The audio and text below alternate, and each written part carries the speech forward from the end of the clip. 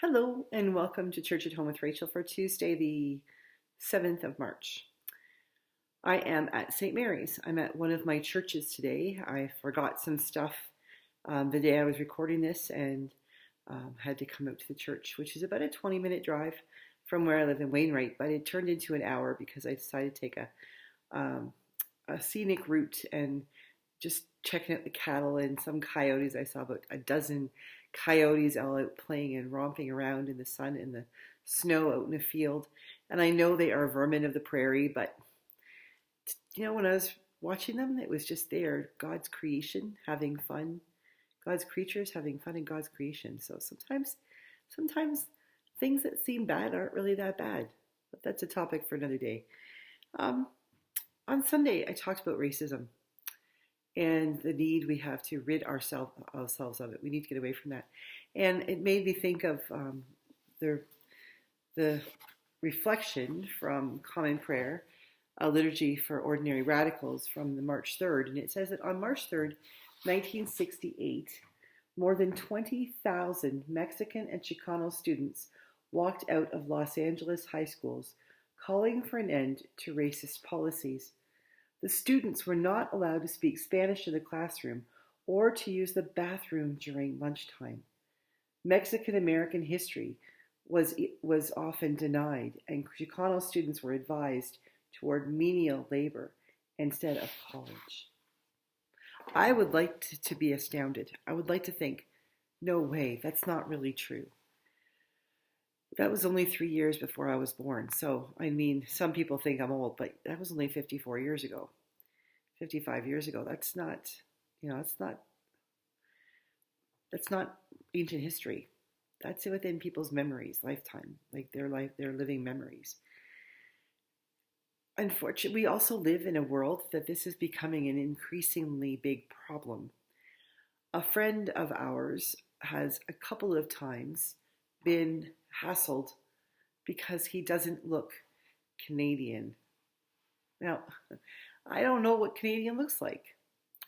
I think I'm Canadian. I know I'm Canadian, so I guess I look like a Canadian. And my sister, one of my sisters who is Indigenous, she's Canadian, so she must look Canadian, but she and her kids don't look like me. Matter of fact, they're probably more Canadian looking than I am.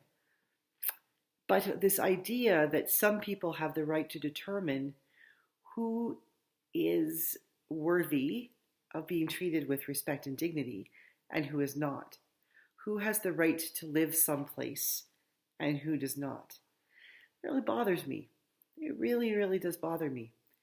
This idea that one group of people can determine that another group of people aren't good enough. They are not up to a standard, up to our standard, whatever that might mean. It makes me sick to my stomach. And to think that just 3 years before I was born, high school students, because of their family of origin, where they came from before, were not allowed to speak their own language in classrooms. Now I can see if you're learning English or you're teaching in English, I can see the teachers, wanting you to speak English back. But if you're just chatting before classes or you're hanging out or you're learning English, what is wrong with using the language that you know so that you can communicate with other people who might be able to help you? And to refuse to let them use the washrooms during lunchtime, that's just cruel. Like, I know it's not like having the right to go to the bathroom is not one of the United Nations inherent, rights of humanity. But I think it falls in there somewhere with the rest of the things and the purpose of them. Saying to someone, you're not allowed to go to the bathroom from the moment you get here until you leave and get home after school, that's inhumane. How many of us would be able to get through the day without going to the bathroom once to be able to relieve ourselves, to, the coffee we ate or we had, or that Red Bull we drank at lunch? It's ridiculous. And to think that people believe they had the right to tell other people that they couldn't do that. And then on the flip side, to recognize that how many students did it say there? Here, more than 20,000 Mexican and Chicano students walked out of school in protest. God bless them. Can you imagine what our world would look like if people didn't protest? Can you imagine what our social systems, our social services would look like if people didn't stand up and say enough is enough? Can you imagine what our world, what our labor laws would look like if we didn't have unions and people who were willing to say, no, this is not right. The system isn't working. Not always do our protests have to end in big, violent, like people dying or people being torn off to jail. Sometimes protests can look smaller. Sometimes protests can be a sit-in or petitions being written or people saying, you know what, we need to have some conversations because what's happening is not right. There are lots and lots of times we hear about things that have happened. The Arab Spring, we hear about women's lib, we hear about things. And they are also always going to be attacked by those people who are on the opposite side, who have big ideas about those and really don't like them, even if they're pretty good ideas for all of humanity. There's always going to be somebody who is the MTG of the world who's going to stand up and say and spout out their conspiracy theories that say, this is wrong and this is why, and then make no sense whatsoever. That always happens. It's just sort of expected. But at the end of the day, we have hospitals. Whether or not we have healthcare, we have hospitals because somebody recognized that we need a place for people to go when they're sick. We have education, public education, because we recognize that somehow or other we need our children to learn to read, write, and do arithmetic, and STEM, and trades, and get ready for university, and learn about the world, and become doctors and lawyers and plumbers and garbage people and the works. Somewhere along the line, somebody had this great idea that we do something different, and that something different changed the world for everybody in a good way. In 1968, it was over 20,000 students and who said, no, enough is enough. We're not going to do this anymore.